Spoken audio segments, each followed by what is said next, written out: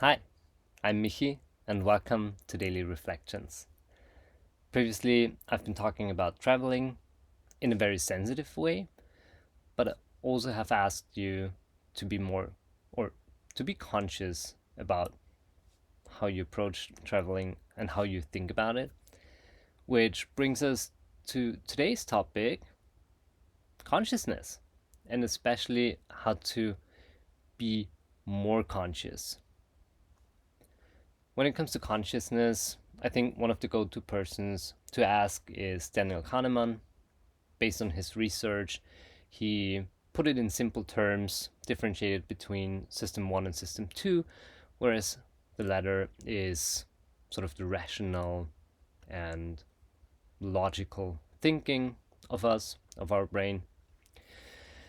And talking about consciousness today, for me, what it means is being aware, being present, being aware of my surroundings and everything that happens around me, but also being aware of my inner state, my own thoughts. So, why is consciousness important? Well, let's take an example.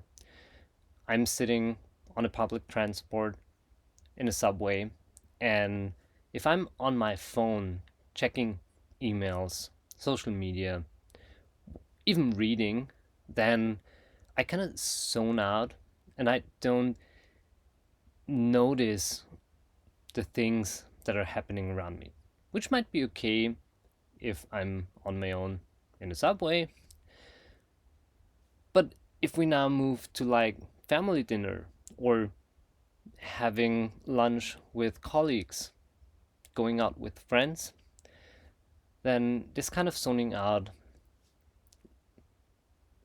has as a result that I'm less conscious and less aware of the people around me and the things that are happening there.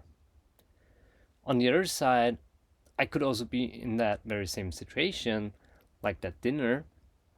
I'm not on my phone, but I'm into my thoughts because I had some incident or some experience at work, and I'm deeply into thought, deeply thinking about it.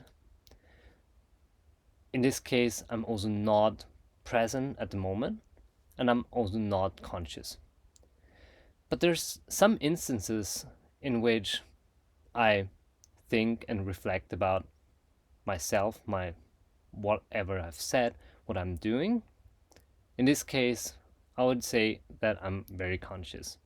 Because now, again, dinner example, I have a conversation, and being conscious either means I'm aware of what the person I'm talking to is telling me, I'm interested, I'm present, but also related to what I'm saying, I'm actually recognizing and thinking about what I'm saying, what the other person is saying. And that, for me, falls into the same bucket of being conscious. So, previously, we have been talking about plenty of different topics that involve the necessity of being more conscious. For example, the words we use to express our needs, feelings. And now, usually, as with many other topics, I get across something, I'm super excited about it. As an example from a previous video, I'm I'm noticing now that I use the phrase I have to, although I should or I want to use the phrase I want to. And that's fine.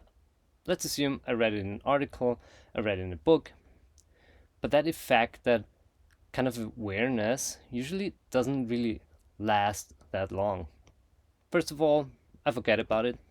It's not ingrained but into my mind, but also there are other topics I concern myself with, there's news, there's other gossip going around, there's other thoughts I have. So it could be that over time, maybe days, sometimes weeks, I forget about it and I lose consciousness about that thing I was so excited about and that I wanted to get better at.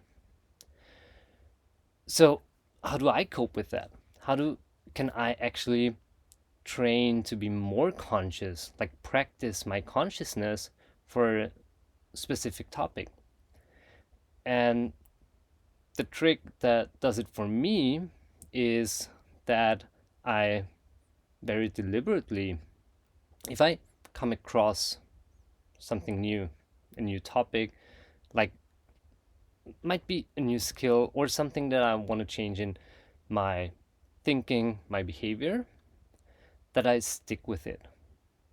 Let's say, for example, I read an article about Daniel Kahneman. He has said, as mentioned before, super interesting idea or visualization explanation of how our brain works. And in that article, it's explained to me that we do not use our system 2, like our rational, logical thinking, that often. So, what I do now, because I'm that excited about it, I will probably get his book. I actually did that. I read it and I stick with it. In some instances, like that very specific one, I even read it several times. And the reason I read it several times is because then his ideas, his beliefs, the thing I want to get better at sticks with me for not just weeks, but months. So for that time, I'm reading the book, maybe reading similar stuff in that very same area. I get to notice in my day to day life these very same concepts. I get to reflect on them, but not just once, not twice, but on a regular basis. And at the same time, I also get new information about that topic. And over time, over those weeks and months, it kind of transforms me, transforms my thinking, and transforms my awareness of that habit, of that thing I'm so concerned about, that I want to get better at. And because I do it for such a long time, even if I mean, it has some kind of half life. We had the topic already. So even once I drop that book and get on to another topic, it will decrease. There will be more instances where I'm not aware of that effect or my habits. But the baseline has has like increased. So now there are more situations in which I'm aware of it and where I'm more conscious about it.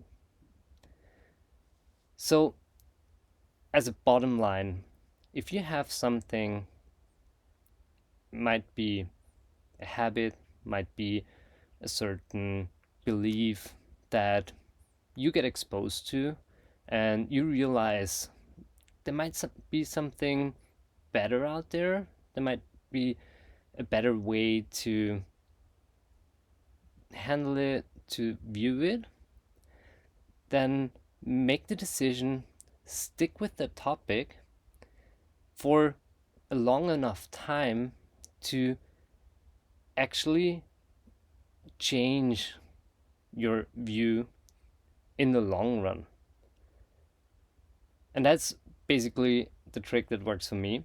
It doesn't work every time, but I'm very okay with it. And in so many instances, this way I have effectively improved my day to day life in relation to the values I have. I'd like to think about it. And also, Please tell me the one thing you're currently like super excited with, that you want to integrate into your life, or that you want to change. Might be a habit, might be a perspective, or the kind of thoughts you have. All right? I'm looking forward to hearing from you, and I'm very much looking forward to seeing you again.